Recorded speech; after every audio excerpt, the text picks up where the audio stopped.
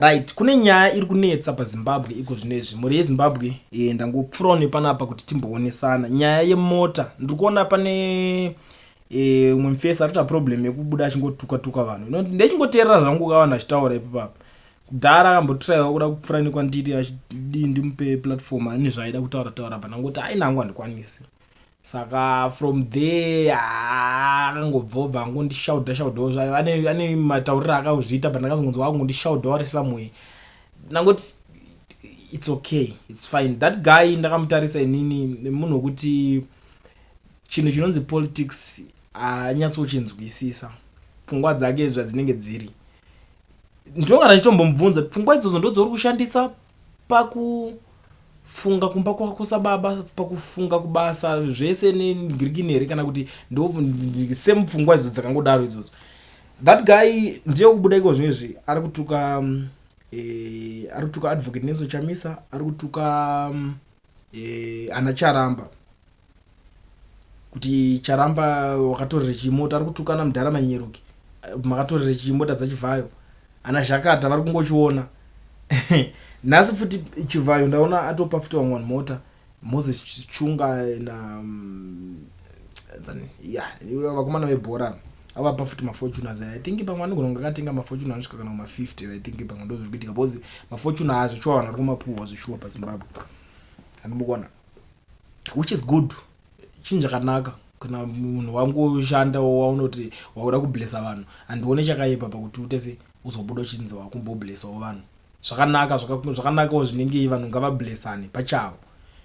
Saka nyaya iri kunetsa i1 pari kunzi pakauya mota iwewo uri kuitambira here.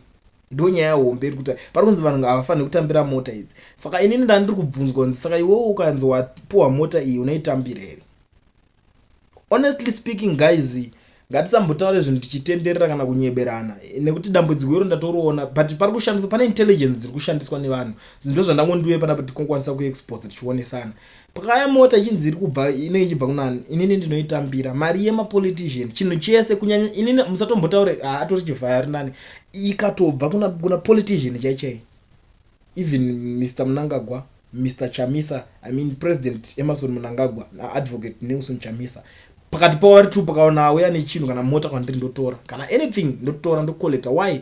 Because inini kana munhu atoya nacho ari kundipa. Why ari kundipa? Ari give back to the community, give back to the society. Ndinotambira zvinhu.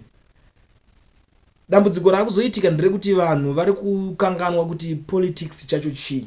Vari kufunga kuti pamwe itori hondo yemanhingiri. Ndizoona maZimbabwenzi munyembera kudzidza mozotaka kuita hondo yekuda kutourayana futi pamusoro pazvo motakatovenkana zvemublood. Politics hadzidi kuita zvokunzwaro. Politics tarisai kune dzimwe nyika vese vari kuita politics ende vachihwina. Tarisai kuBotswana havisi kuri kuti vanhu vaya vaita zvokurovana zvokupondana zvechibalance zvoitwa Zimbabwe but tarisai vakahwina iko zvinezvi. They are now in power but yengere opposition. Nyika dzese dzodzo munhu wese anenge ari muruling party ane strategy neskillful yaanotoita kuti aramba achiwana vanhu. For example ngatiti ipapuhwa munhu akaita saCharamba mota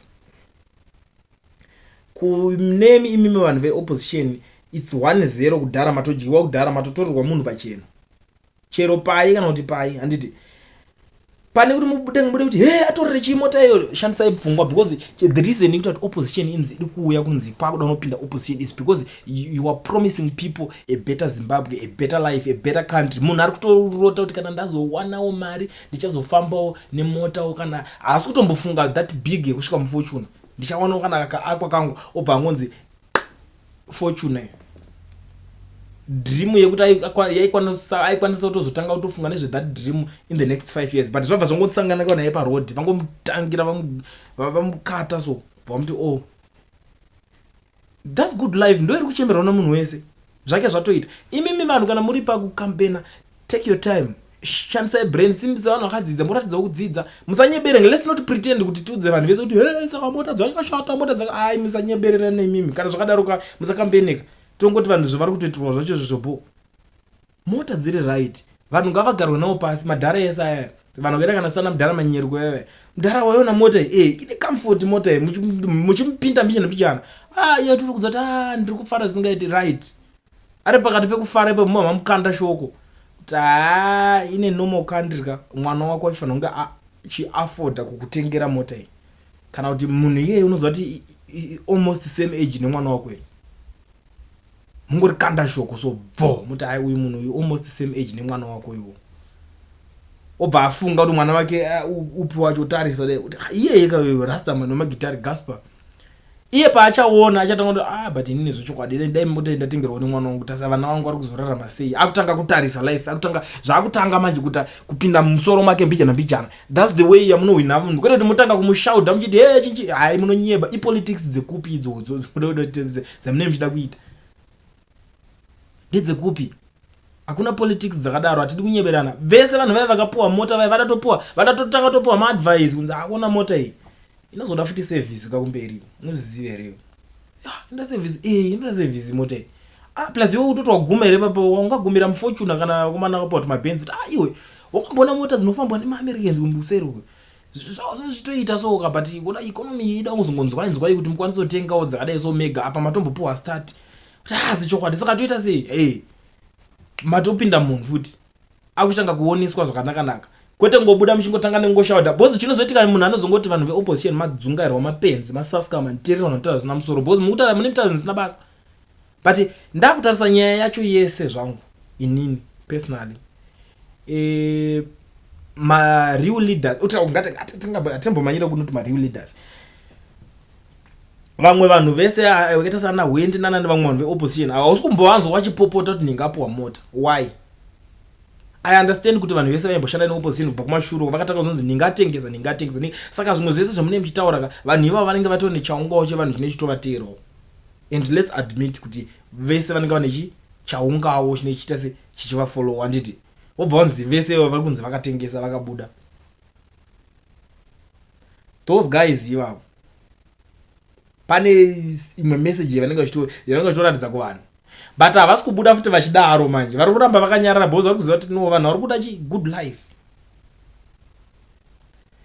Timu irori riri kubuda richitaura kuti zvoni imimi musatore mota idzodzo madzodzera amwe maita sei, mota yacho mari ndogara ndichikudzai kuti mari yenyika chero makasatora mota dzedze mari yacho ringonodyiwa nemahure. Ari kuzongo akangodza kuti ndiri kuspenda 5 million ari kungoispenda, akati ndiri kuspenda 10 million achangoispenda yese. Zvimwe zvese zvamune muchitaura anenge atova madhirama. Profit yake 1 week yaye ndisonyana kuti anongopinda ngoti week inoenda atenga mota 10 imari yekuti aimeka omu 1 week iroro obva ngoti that's my profit ndino I've got enough ndatopuwa rimwe tenda. Take your time, garai nevana venyu pasi, garai nemadhara enyu pasi maonesa kuti vana vevamwe vari kutowana matenda kuside tikumadawo matenda iwayo, but matenda haasi kuwanika tifeteka mapuwa. Why? Because of 1 2 3 4 5 things. Saka chii chiri kukonzeresa icorruption. Saka corruption yacho iri kuzoninginwa nanani ko why vari pasiri kuipedza handosaka vachiningina. Saka toita sei kuti tidhile navo nganditosangana nawo muballot. Mumwe munhu anotanga kuti aiwa toda kuenda tototenga tononingina futi totopinda tototanga tochibvondora unopenga iwe da kutaurira something imwe nyaya yekuti mumwe musingazvinzwisise. Inini ana sekuru vangu vese from mother side vese mawovet vese most of the times mandotoenda ndakati ndinoda kunovisita ndombovisitira sekuru ana sekuru ndimboona kuti ana sekuru chichiri kuitika ana sekuru makadii ana sekuru chichichichi ndinogara ndopaonanga kuti wangototudza kuti muzukuru ndinoona hangu munenge muchinhikirira muri ikoko muchijamuka zviri right very good young man try to do something zvoungangoitawo ita mwanangu ita muzukuru, but vatanga kuzondudza manyaya dzekuhondo idzi ndopaunozova kuti kuzoti hondo musaifarire is not a solution. Ende hondo kana chinhu aitaurwe zvimataurirwo iwawo zvekuti zvepafoni zvamunenge muchiudzwa izvozvo zvekuti munonzwa munhu achisenda chiaudio achishauda achiti ngati titopinda izvo mangwana titonoda iso mangwana titono kotungamira kadedzera unozoti vakanyazondudza zvanzi hondo isusu taitoti takuda kuita zvehondo mwanangu tinotomhanya pamberi pari kutonzi chakati mangwana tichitotaura izvozvo tatoko information inotozosvika kuti ananhinge vasvika pakati kwete zvekuti unozonzi tinoenda pakati munenge magara matovaudza. And the government yaSmith yanzi yanga itori tafu itori neutsinye more than zvamutofunga futi vaitorova futi amaiwe anzi ndo vaitosunga vanhu manje, but these guys vakatopedzera kutoona kuti enough is enough. Havana kutanga kumirira kuti aiwe government yaSmith kuzoda wakani vakadhila navo mbijana papanyatsodhila navo 1-1. zvese zvezvo tichitaurirana zvekunyeberana zvepolitical masturbation ndezvekunyeba zvezvo. Freedom is not that easy kuti unotongoti toda unotora niki titoti makomanemi munofunga kuti mimi mungangoti vanhu ari kutopa munhu mota kumungotangoti zvemota zvakadhakwa wakapiwa mota ano basa rechinema anongokuignore and what's next atomboteerere zvinhu because angona kuti ari kutukwa panongoti ngavagare ngavadaro nditi kutofamba nemota akatoora takachero makamushaudha anotomboimutsa matomushaudha anotomboimutsa otomborwa chiseko chake. What's next? Saka zvezvo zvokuti mundoita politics dzedzi kuti political masturbation. Political masturbation is a scam. Zvokuti mimi munenge muchiudzwa it's coming, freedom is coming, it's coming. Imekoma name. Azvinzwaro zvinhu. Take your time. Munhu akapiwa mota, well done, bo makagonerwa komana bese ana rascal boy makapiwa mota ye akwa after 2 years ichada bat rinoita mari rinoita zvokuma 2000 USD. So what's next? Is he coming back kuti akupe imwe 2000 kuti akugadzirisire bat? Asi kana asiri kuuya, what's next? Wakambotadza nei at the first place kuti ukagone kuzvitengera yako wega. Boss paitwa chakanaka musabude muri vanhu vekuti muda kuti toda kuchidzima. But problem iri kuitika ndeyekuti imimi pari kupuwa munhu chinhu. Take your time, garai pasi naye. Musavhiringidzwe nezvima CIO zvine zvifambisa narrative yekupenga zvezve. Vanodraw narrative obva vanzi ayo saka charamba ari kushaudwa navanhu vacho opposition. Sometimes iye anogona nepfungwa yacho kuti unoti zvinhu zvinomira mushe munyika muno manditi. But because of pfungwa yazvima CIO zvino derivate narrative zvezvo zvingofambisa narrative anotongozoti achingopuwa vasitori vanhu veopposition ndo vanotanga kumhanyirira ivavo akadhakwa watorere chimota iyo motanga kuimbirira munhu anobva angoti inini handichatodi kuvanzwa nezvavo ngavachisiyana neupenyu hwangu because mamutuka aboikana life yake inenge yachinjwa. Ngatisanyeberane mafortune maGD6 ari kupuwa na weekend aya mari yakawanda chero akatoti achitoitambidzwa ipapo yobva angoti thanks man tengera understand izvezvi muone kuti panopedza nguva here izvezvi asati atenga dzimba 2 muchitungwiza meme 2 passport because mas GD6 anodhura anongosvika ngoti ndikuda 2 mastand chero akasatodaro ipapo kutonoitengesa ega kukansewo chekudzokera unoti handiti mota yemune water because anoiti ngoonesana ndapuwa nenhingirini yakadai these are my papers and mota yakutodzokera utopuwana dzimba dzake 2 kana 3 muchitungwiza. What's next? Muhamati munhu wakaipiwirwe chi wakadai mawana imika hatidi kudaro. Politics is the game of winning people. Panoshandiswa pfungwa kuti vanhu vahwinwe apashandiswa my emotions. Ukashandisa my emotions unoona wina and hakuna anombokuteerera kuti urutaura zvine musoro. Ndosaka ndinoti most of the times chamisana kakanyarara dai nyaya zvine zviri rimwe momo rimwe mudzekwe mudzakwatsakwe madzunga iwo ndoonongo chimhanya uchifungudza kuti ukampena. So na most of the times anozongonyarara ngonoti vanhu ava because pamwe pacho kuti ataure something achatomwana nguva because anenge vamwe vachiti aiwa ndisu vanhu vako ari loyal. That loyalty iyoyo yekuti anenge angosiyana vanhu vari loyal zvinopedzera zvakukosta nyika. Ndakaona pachitaura zvakati aitorere chimota iyoyo ndakati guys da kuti munyatsoona video rake achitenda chivhayo zvakata mashoko akataura akati nini ndandiri kuro but pakuzouya ndakanonoka plus mota yandinayo ine problem yekudzima akanyatsotaura ega. Saka yotori munhu anenge ane chimota vakomana vakaita mari kudhara kakunana mugove kudhara pamwe anenge ane kana chibenzi chakudhara chacho kuti chikapfura panonzwa kunhuhwa panhuhwa chibenzi apa ndo type chimota chanenge achifamba nacho wamudza kuti uri kutorere GD6 fortune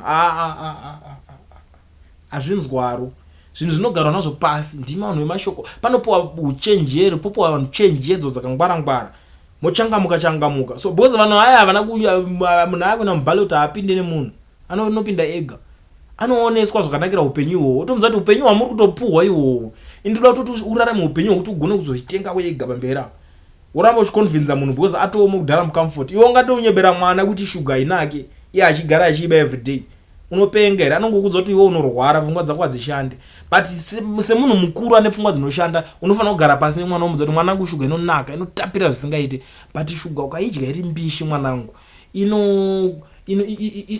inokuitisa zvirwere zvakasiyana. Saka kuti uidyeke iye nhingirikini inoda kuiswa mutea so that chemical yaya inenge yaita kakupiswa zvinobva zvaita kuti isaita se isakukuwadze mwanangu waexplaina bozi haunga kumhanyira kuti shuga yakashata anongokudza kuti aye bo yakakushatire ini kundinakira iwe gara nekuziva kwako vabereki vazhinji vakadaro kandotadza kautsura vana that's the same yekuitika iwe ningakadai ningi mutengezi ningatenga imimi vanhu mimi shandisai pfungwa amuna kana munhu amunowina at the end of the day chiri kutodiwa kuti mutange utoconvinza munhu wese itime convinza mwana wese that is kana muchida take your time convinzai vanhu noti kuswerera muchiudzwa zvinhu zvisina nebasa vamwe vanhu madzungairwa mapengo vamwe maseo vangopinda vachiti ngatinodirveta narrative imimi makasashandisa pfungwa mungoti ninga ari kubhomboka uko motongoseka muchizhinya muchiona munhu achiwanzirwa its fine zvichakosta imimi because munhu achangoti opposition yacho ndo zvairi vanofanira kutobuda chikorokotedzwa imimi vanhu fanika imi ma-MP nevamwe vari muzasi azvizoita kuti chambisa zobuda chiti congratulations kumunhu apuwa chinhu naningiri panodawo vamwe vari muzasi vanofanira kubuda kuti congratulations wazvona votanga kutomupinda mbijana munhu so that anokwanisa kupay attention pane zvamunotaura ukangobuda uchingoti ningapuwa chakati atongo next time uchakampenera mhepo fanika munhu akaita sacharamba it's fine munoona mutuka ane vanhu vangana anomuda not kuti vanoteerera music ane chechi murume waye akavhura vanhu vanonga vachiuya kuchechi every day what are they going to say anyway ndataurisa but muri yezimbabwe munoziziva kuti inini nyaya yemetition ukaona ndava inotaura nyaya dzakadai ndine zvinhu zvakawanda zvandinenge ndatoona ndaongorora ndaona kuti zvinhu izvi zviri kuramba zvichienderera saka zvakakosha kuti tisangane mucomment section chimbondiudzewo mafungiro enyu panyaya iyoyi but the most important thing musabve panapa musina kulaika